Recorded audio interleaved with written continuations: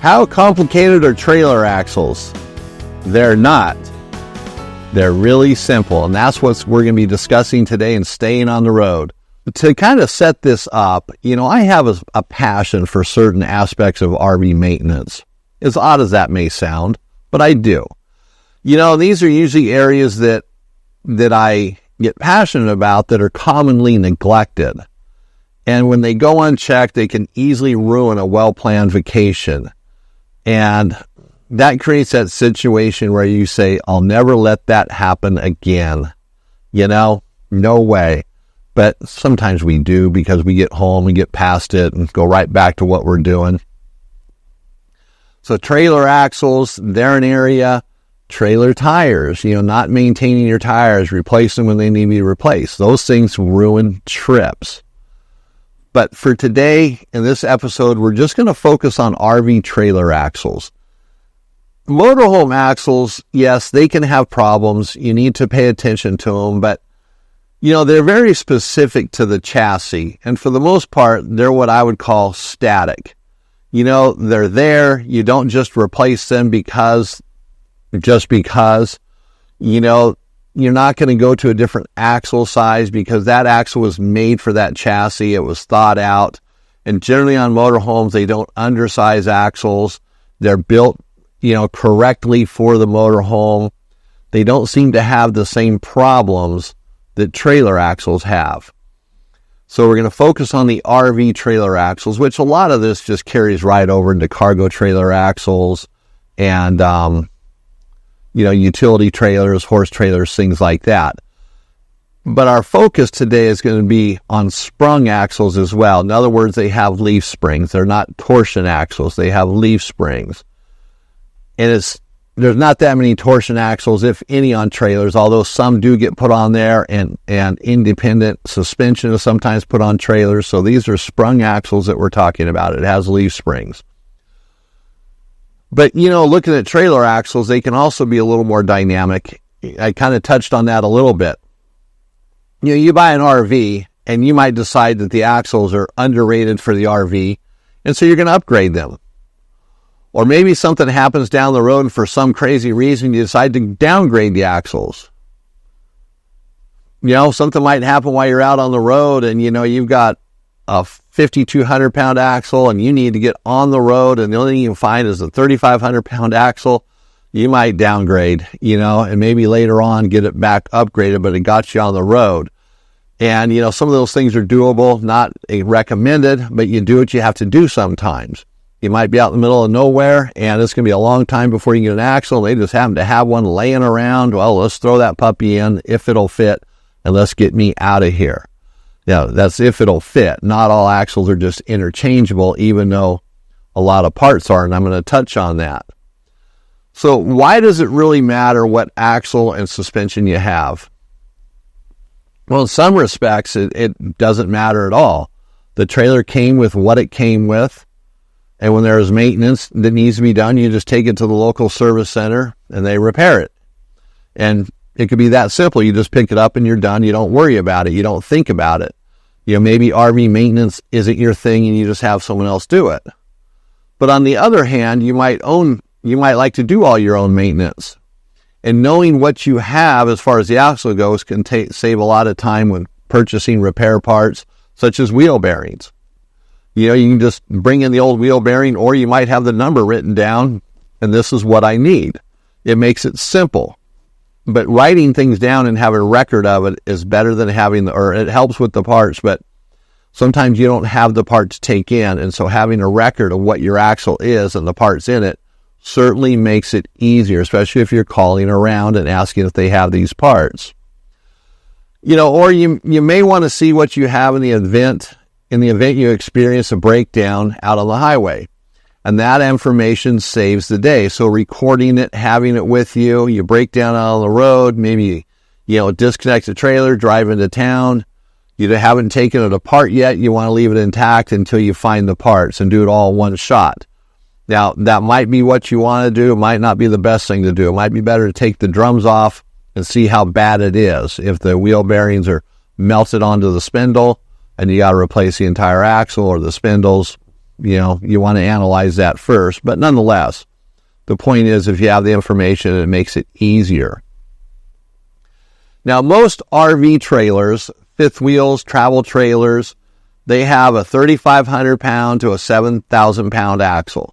So that's going to depend on the trailer's weight and what the manufacturer installed at the factory. So they determine the weight of the trailer and what axles should go on there. And the axles also require the same type of leaf spring. If you have a 3,500 pound leaf spring, actually you have the same leaf springs to go with it. They work in conjunction. And you might not know what type of axle you have with the weight rating or anything about it. It's just an axle. You don't care. Well, most of that information can be found on a tag. Sometimes it's a metal band on the axle, and sometimes it's a sticker that's on the axle, and it tells you all the information, or usually all the information about it. You have to decode it sometimes, but even that you can look on the internet and get help decoding it. Or like if it's a Dexter axle, you can call Dexter. If it's a Lippert components, you can call Lippert. In fact, on Lippert's website, you can actually put it into their website and it'll tell you what a replacement is, how much it'll cost, and all the information about it. So that's kind of cool. But if you have the tag or the label on the axle, take a picture of it. Make sure you put that picture someplace where you're going to have it. And also write down the information off the tag. Even if you don't understand it, just write it down in the same order that's on the tag or the label and record that in your book for your RV. And that's assuming you keep a little book of some kind or some sort of record-keeping method for your RV, whether it's digital or paper.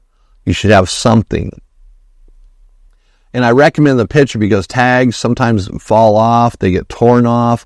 A dealership might take it off for some reason. Maybe they're doing a little information on your axle and they forgot to put it back on. The labels don't last forever. They get all smeared, road grime, chewed up. So, and then in the event that you don't have the label or you can't read it or the tag is already gone, it's not that hard to figure out what axle you have. It's just a few measurements and some common sense and a little bit of time, and you can do this. And sometimes you might have to take the tires and wheels off to get a real accurate measurement. It's probably better to just plan on doing that, at least on one side of the axle. It'll help make it easier. Because what you need to get to help you do this is the axle's complete, it's together. So you want the hub face to hub face. So that's the outside of the hub, where your lug nuts are, where the wheel would press up and rest against the face of the hub or the drum. It could be either or, a hub or a drum. Most travel trailers are going to have drums on it, not a hub. That would be more like a utility trailer. So drum face to drum face. Then also you have the spring perches or spring supports for the leaf springs. They're welded to the axle. If you measure across from those center to center, that's a measurement. And then here's another one that's a little harder to do, the axle length. So the axle, you'd have to have it stripped down, the drums or the backing plates taken off so you can get a good axle or length, or you'd have to put a straight edge on the tip of each axle and then measure in between it. So that could take 2 or 3 people to do that. But that's another option as well. And the flange to flange measurement. Actually, having all of these makes it very concise. So if you do need a new axle, calling around makes it much easier. And even knowing the lug pattern on the wheel is going to help. And you want to keep your wheel size and the tire size and the lug pattern also recorded as well. Keep that in your book because those are important things too. If you need a wheel, you know exactly what you have, what the lug pattern is, the diameter, if it's 15 inch, 14 inch, 16 inch, and then the width of it, if it's 5, 6, or 7 inches. You should know that. That way you can walk into a store and buy a wheel for, let's say, a spare and not have to do all this measuring again because you've done it. You've done it the first time. And the lug pattern is important too. There's different lug patterns, but sometimes they look very similar. Like there's 2 5-lug patterns, 5 lug on 4.5 inch or 5 lug on 5 inch. And to determine your pattern, you just put the measuring tape in the center of one lug and measure across to the other one. The one closest to center, and that's the size you have, 5 on 4.5, 5 on 5, 6 on 6, whatever it might be. So that keeps it simple, but those things there can help you identify an axle. Now, it's not going to tell you everything you need to know about your axle, because you do need to know the weight rating of it. That's very important, and that's where the wheel bearings and some of these parts come in. But knowing this, that let's say you have a 7,000 pound axle, that the wheel bearings and the grease seals will fit from your axle, will fit all 7,000 pound axles for the most part, unless there's just an oddball axle out there. But you can actually walk into a store, I need wheel bearings and grease seals for a 7,000 pound axle, and it shouldn't be an issue.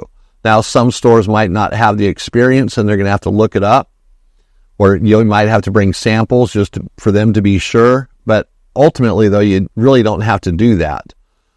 But if you have numbers, that helps too. But a 7,000 pound axle is going to take the same wheel bearings as any other.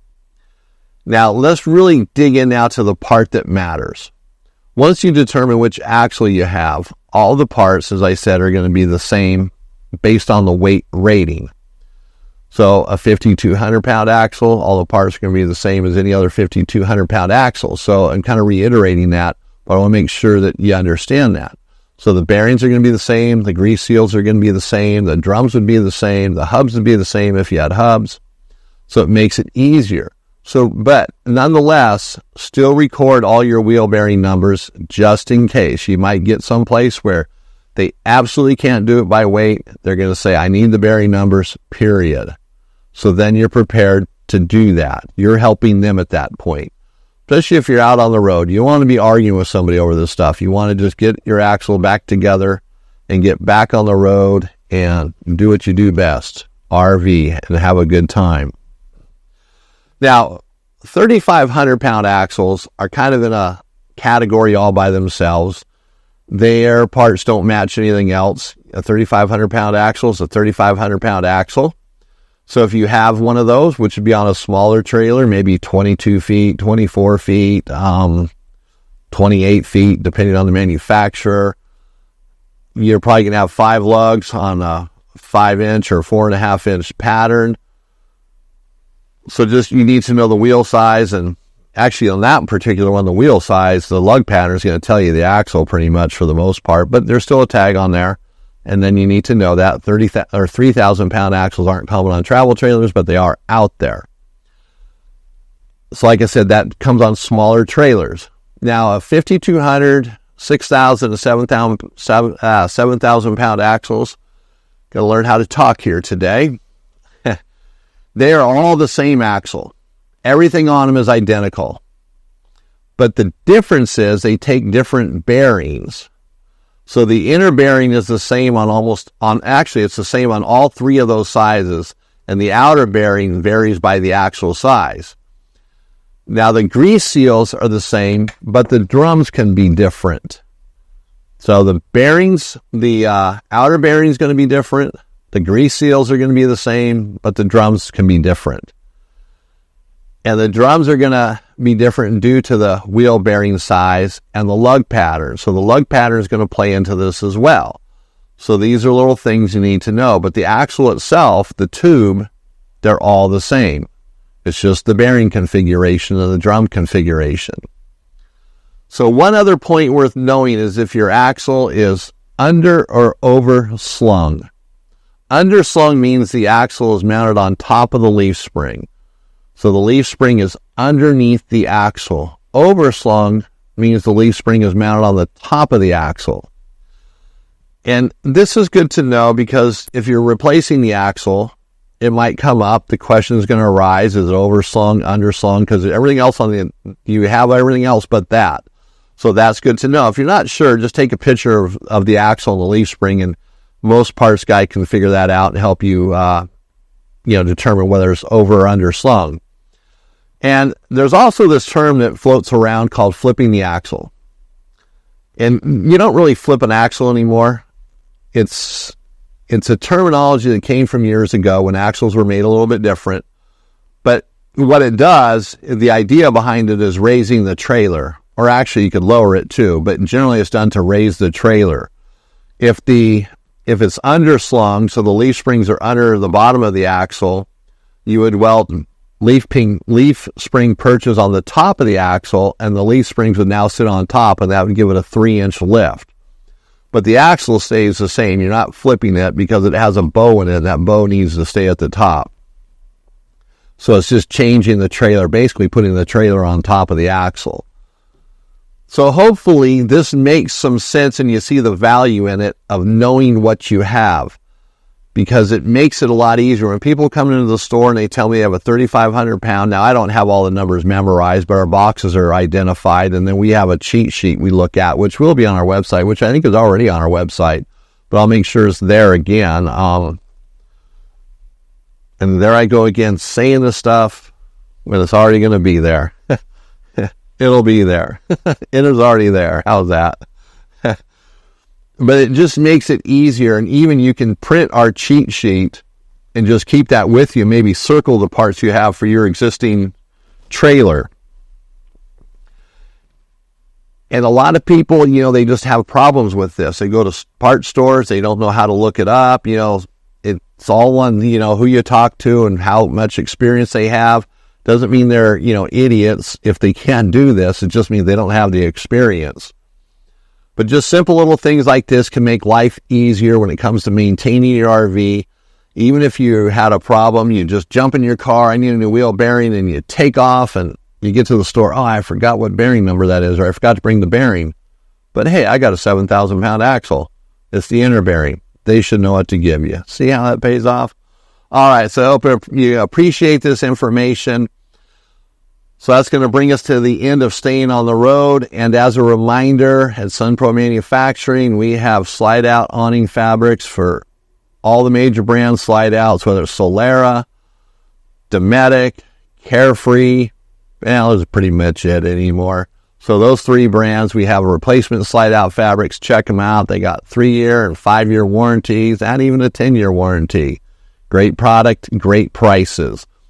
So I want to thank you for listening. This is Eric Stark with the Smart RVer Podcast. It's been great hanging out with you. If I don't see you on the road, let's connect at thesmartrver.com.